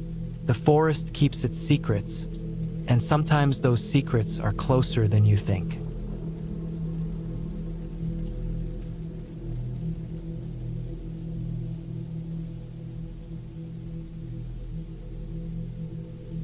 It was the fall of 2009 when I decided to take a break from the city. I was 31, burned out from the relentless grind of my office job in Chicago, and desperate for silence. My cousin Mark had mentioned a small cabin tucked deep in the northwoods of Wisconsin, near a little town called Eagle River. He swore it was perfect for anyone who wanted to disappear for a while. So, I packed my old Jeep with as little as possible. A sleeping bag, a small bag of clothes, canned food, a few books, and my camera, and set off one Friday morning. I wanted solitude, fresh air, and the kind of quiet that city life could never offer. The drive took hours longer than Google Maps had suggested. The last stretch was a narrow dirt road lined with thick pines. Sunlight barely touched the ground, and the smell of wet leaves and pine resin hung heavy in the air. Eventually, I saw it, the cabin. It wasn't large, just a single-story wooden structure with a steep roof and a stone chimney. It looked worn but solid, like it had withstood decades of harsh winters. The windows were dusty, and the wood had started to gray, but there was something comforting about the isolation. The forest around it was dense, with a thin trail leading back to the main road. Beyond that, it was nothing but trees for miles. I spent the first day unloading supplies, cleaning out the cabin, and exploring the immediate area. The floor creaked under my boots, and the fireplace was stuffed with old ashes, but everything seemed functional. I made a small fire, boiled water on the stove, and settled in for the night. The first evening was quiet in a way I hadn't felt in years.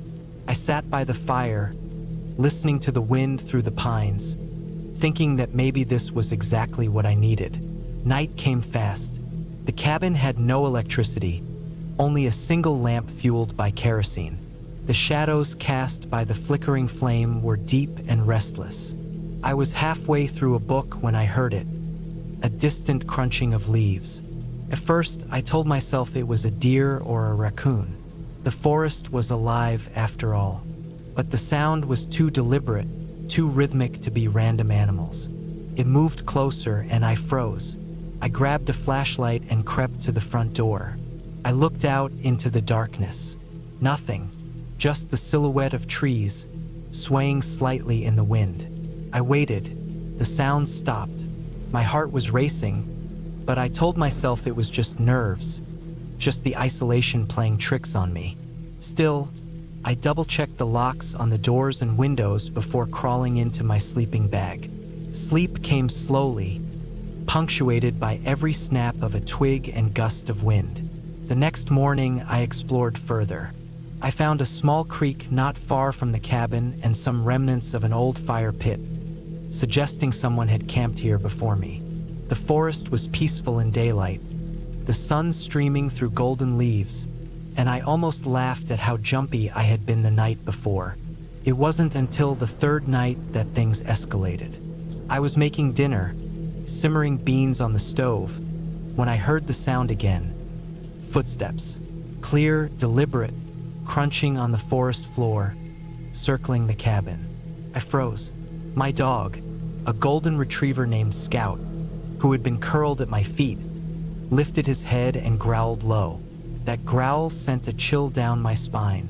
I went to the window and shone my flashlight into the darkness. Something or someone was there, barely visible between the trees. It moved slowly, deliberately, almost like it was studying the cabin. My rational mind tried to convince me it was a hunter or a hiker, but there were no paths leading directly here. The nearest road was nearly a mile away, and it was dark. Whoever it was, they knew how to move quietly. I spent hours checking locks, reinforcing the windows with furniture, and making sure Scout was close. My hands shook even as I poured another cup of coffee and tried to calm myself. But the noises didn't stop that night. Footsteps circled the cabin in an irregular pattern. Sometimes they would pause and then start again. Scout refused to sleep, pacing back and forth with ears pricked, his low growl constant. I didn't sleep at all that night. The following day, I noticed something odd. Footprints in the mud around the cabin, large, heavy, and unmistakably human. They were fresh. Whoever had been there the night before had walked close to the cabin, maybe even touched the walls. I took photos, trying to remain calm, but my stomach churned. By the fourth day, I had started to feel trapped. I kept the fire going constantly, kept Scout close, and avoided venturing far from the cabin. I noticed more signs of someone or something watching me. Scratches on the outer walls, broken twigs deliberately placed near the front steps. It wasn't random. This was someone testing me, observing me, waiting. Then the night that changed everything came. I had gone to bed early, exhausted, and tried to ignore the noises. Around midnight, I woke to a sound that froze me in place. The front door handle rattling. Not slowly, not accidentally, but as if someone was trying to open it forcefully. Scout barked furiously, teeth bared, and I could hear someone retreating just outside. I didn't move for a long while, straining to hear anything, trying to convince myself I had imagined it. The first light, I made a decision. I wasn't staying another night. I packed the Jeep, making sure Scout was calm, and started the long drive back to the main road. As I drove away, I kept glancing in the rearview mirror, half expecting to see someone standing among the trees, watching. But there was nothing, just the forest, silent and indifferent. When I finally reached the nearest town, I went to the local ranger station. I told them about the footprints, the sounds, and the disturbed cabin. They didn't dismiss me, but they explained something I hadn't considered. The area was known for illegal hunting and some squatters. People sometimes used abandoned cabins for shelter or even as hideouts. My intruder was likely someone avoiding detection, using the forest as cover. It wasn't supernatural. It wasn't a ghost. It was a human being, and that realization, the knowledge that someone had been so close without my knowledge, terrified me more than any horror story ever could. I reported the cabin's location, and a week later, the rangers confirmed they had found evidence of squatters, abandoned supplies, makeshift bedding, and tools. The cabin was cleared, but the isolation and the knowledge of someone else moving silently in the woods stayed with me for months. That experience changed me. I realized how unprepared I was for true solitude in the wild and how easy it was for someone to observe you without being seen. I never returned to that cabin. Instead, I learned to respect isolation, the forest, and the unpredictability of other humans. Scout and I stuck to populated trails for a long time, and even now, years later, I can't forget the sensation of being watched, the crunch of footsteps in the dark, and the helplessness of knowing that the forest hides more than just animals. It wasn't a ghost or a fairy tale or a nightmare in my head. It was real and it was human, and the clarity of that reality is something I carry with me every time I step into the woods.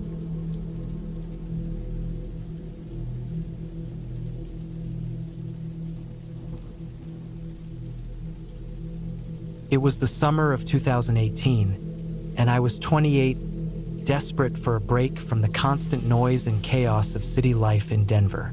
My uncle had a small, isolated cabin tucked away in the high deserts of northern Arizona, near the Mogollon Rim.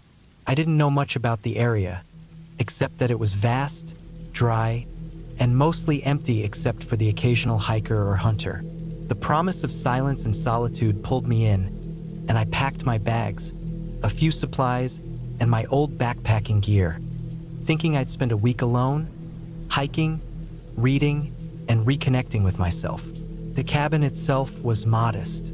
A single-story, wooden structure, weathered by years of sun and wind, with a small porch that overlooked a dusty clearing surrounded by junipers and ponderosa pines. The nearest neighbor was at least 5 miles away. My first night, there was quiet in a way that felt almost alien. No hum of electricity, no cars, nothing. Just the wind in the trees, the occasional coyote, and the way the desert seemed to exhale darkness. I slept uneasily, half expecting a sudden storm or some wild animal to wander into the cabin. The second day, I went on a hike along one of the trails my uncle had marked. The heat was brutal, and the dry air made each breath a little sharper than usual. Around late afternoon, I noticed something odd. A series of footprints along a dusty ridge, far too large for a coyote but too small for a human. They were uneven, almost like they were walking on the balls of their feet. I shook it off, thinking a deer or elk had moved strangely, but unease curled in my stomach. By nightfall, I felt it, the sense of being watched. It wasn't just nerves. It was a presence that made my skin crawl. I could hear faint snapping of twigs, not far from the cabin, and at first I thought it was my imagination. Then I saw it. From the corner of my porch, a figure moved just at the edge of the firelight. The shape was human but wrong. Too lanky, too rigid, with limbs that bent in angles that didn't feel natural. I froze. The wind died down, and suddenly every small sound in the desert amplified. The rustle of dry grass, the groan of a branch in the distance. Over the next few hours, I kept seeing glimpses of it. Sometimes from my window, sometimes from the shadows of the trees. It didn't make a sound, but I knew it was watching, studying, learning. It mimicked the occasional coyote howl, perfectly at the wrong pitch, almost like it was experimenting with sounds. I stayed inside, barricaded the door with a chair, and tried not to move. Sleep didn't come. I didn't even eat because I couldn't bear leaving the cabin long enough to use the stove. By the third day, I realized that this was no animal, no ordinary predator. I had read about skinwalkers in passing, mostly in articles and forums, dismissed as myths. But the stories fit what I was experiencing. The way it moved, the way it watched me, and the way it seemed to almost copy movements from a distance. I started to notice other signs. Half-eaten animal carcasses I hadn't seen before, bones arranged oddly, and subtle tracks that weren't consistent with any local wildlife. I decided I needed to leave, but the desert has a way of isolating you. My uncle had warned me that cell service was spotty. By that morning, it was non-existent. No bars, no calls, no messages. I packed my backpack quietly and made my way to the truck parked near the edge of the clearing.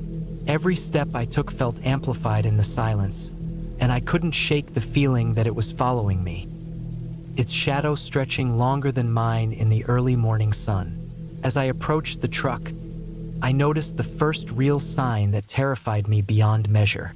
The figure was crouched in the clearing, watching me. It was not quite human, not quite anything I could name. Its face was disturbingly human-like, but stretched, almost like it had tried to imitate someone it had seen before. Its eyes, dark and reflective, locked onto mine. I froze, my heartbeat hammering in my ears. I thought about running, but something in its posture made me pause. It didn't move toward me. It waited, patient like a predator that knew it had time on its side. I had to think. I remembered my uncle's advice for desert survival. Stay calm, stay visible, and never turn your back to what you don't understand. Slowly, I got into the truck, keeping my eyes fixed on the figure. My hands shook as I started the engine. I drove slowly at first, not wanting to provoke it. Stayed there, motionless, watching. Only when I reached the main dirt road did it finally move, vanishing into the brush as if it had never been there. I didn't stop driving until I hit the first paved road, miles later, where I could finally get a cell signal. I called my uncle, but he just sighed when I explained what I saw. "Don't go back," he said simply. He didn't say skinwalker. He didn't need to. He had grown up hearing the stories. He knew what I saw. I returned home to Denver, but the memory didn't leave me. I replayed the way it moved, the way it mimicked, the way it had been patient. Weeks later, I read reports from hikers and hunters who had disappeared in that same desert area. Some came back, terrified and incoherent. Some never returned. I realized that what I experienced wasn't random. It was territorial, clever, and above all, patient. Months passed. Life in the city returned to its usual rhythm, but I never went back to northern Arizona. I didn't hike alone again, didn't go out at night in remote areas. And even years later, when I hear distant coyote howls during my own late-night walks, I feel the same prickling sense of being watched. It's a lesson in the kind of fear that doesn't come from loud screams or shadows. It comes from knowing that something is out there, aware of you, waiting, and impossible to predict. I never spoke about it to anyone outside my family. Most people would dismiss it as stress, imagination, or exaggeration. But I know what I saw, I know what I felt, and I know that the desert has its secrets, and some things out there are better left unseen. The last time I checked, the cabin still stood. My uncle refuses to go back. Sometimes I wonder if it's still out there, waiting for someone else to make the mistake I did. I'll never forget the way it moved, the way it studied me, and the way it could have ended me in a moment had it wanted to. That encounter didn't have a flashy, cinematic ending. There were no heroic battles, no narrow escapes filled with luck. There was only awareness, patience, and survival. And surviving it, I realized, was as much about respect as it was about fear.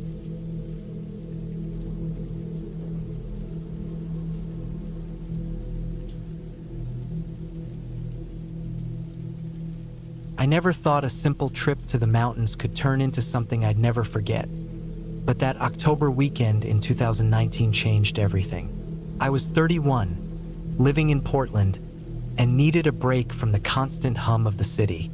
The stress at work had been unbearable, and the breakup earlier that year still clung to me like a shadow I couldn't shake. I decided to rent a small cabin up near Mount Hood, somewhere remote enough that I could feel the air in my lungs again, somewhere far from people, far from the constant noise of my own life. The cabin itself was modest, made of old timber logs with a tiny porch that overlooked a dense forest. The agency called it rustic, but I'd call it exactly what I wanted: isolated. The drive up was long, winding through narrow roads, past groves of pine and cedar, and the further I went, the quieter everything became. By the time I pulled up to the cabin, the sky was bruised with the deep purples and oranges of late afternoon, and a wind rustled the trees in a way that made me pause for a second, just to listen. Felt alive, but not comforting. More like it was waiting. I parked, unloaded my backpack and a small cooler of food, and stepped onto the porch.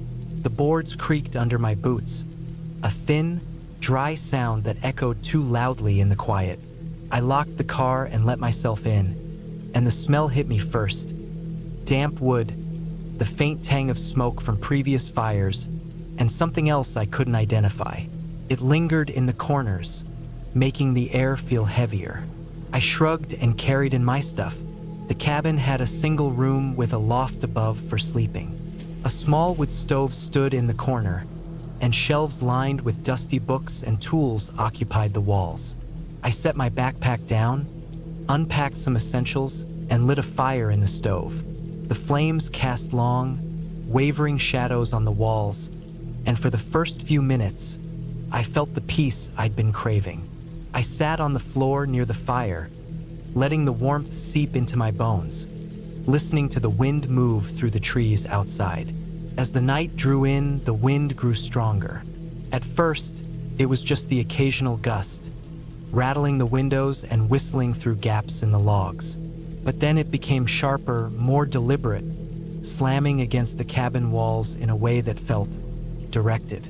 I tried to convince myself it was just the storm moving in. The forecast had warned about strong winds, after all. By midnight, the storm was relentless.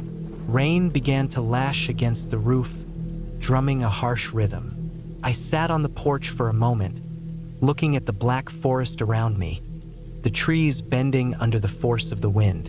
And then I saw it, footprints. Fresh, muddy footprints leading up to the porch. I froze. The cabin was supposed to be empty. The agency had said I'd have the place to myself. The prints were large, heavy, uneven, and they stopped right at the edge of the porch. Panic set in. I ran inside, locking the door behind me, double-checking the windows. Every instinct screamed that I shouldn't have been alone out here. I wanted to call someone, but the cell signal was patchy at best. I kept the fire going and grabbed a kitchen knife from the drawer, just in case. Hours passed like that. Every creak, every snap of a branch sounded amplified, each one making my pulse spike. Sleep didn't come. I sat in the shadows, listening. Morning brought no relief. The storm had passed, but a gray, oppressive fog had settled over the forest. The footprints were still there, partially washed out by the rain, but unmistakable. And then I noticed something worse. The back door had been opened. Not fully, but enough that it was clear someone or something had been inside. Nothing was stolen. Nothing seemed moved. But the sense of intrusion lingered in the air, a weight pressing down on my chest. I decided to leave. I packed my bag, threw on a jacket, and headed for the car. That's when I noticed the tracks in the forest beyond the cabin. They weren't random. They formed a wide, deliberate path leading into the trees, and the spacing suggested a large, heavy figure. My heart raced as I realized they were fresh, and that someone, or something, had followed me here. I jumped in the car, starting it with trembling hands, and drove down the narrow mountain road, my eyes darting constantly to the sides. For a moment, I thought I'd made it. Then I saw movement in the fog, a figure standing at the edge of the road, tall and still. My stomach dropped. I slammed the accelerator, barely holding onto the wheel, heart hammering so hard I could hear it in my ears. I didn't look back. The drive back to Portland took longer than it should have. I kept glancing in the rearview mirror, half expecting the figure to be following me. When I finally reached the outskirts of the city, I felt something ease, but the memory of those footprints, that silent presence outside my cabin, lingered. Weeks later, I learned the cabin's previous renter had reported the same thing. Footprints, strange noises, doors opened with no explanation. Locals whispered about drifters in the forest, people who survived by hiding in the woods and watching cabins for weeks at a time, waiting for the right moment. It was enough to make sense of what I saw, though it didn't erase the fear. Eventually, I returned to the mountains, but never to that cabin. I found other cabins, other remote spots, but I always remembered the weight of that night. The storm, the footprints, the wind that seemed alive. And while I never encountered anyone directly, I understood then that the world has corners where people can disappear and survive unseen. That's what made the cabin so terrifying. Not ghosts or myths, but real people, real threats, and the cold, indifferent forest that could swallow anyone whole. The lesson I took with me wasn't about fear, it was about respect. Respect for isolation, for nature, for the fact that you are never truly alone out there, even when it seems you are.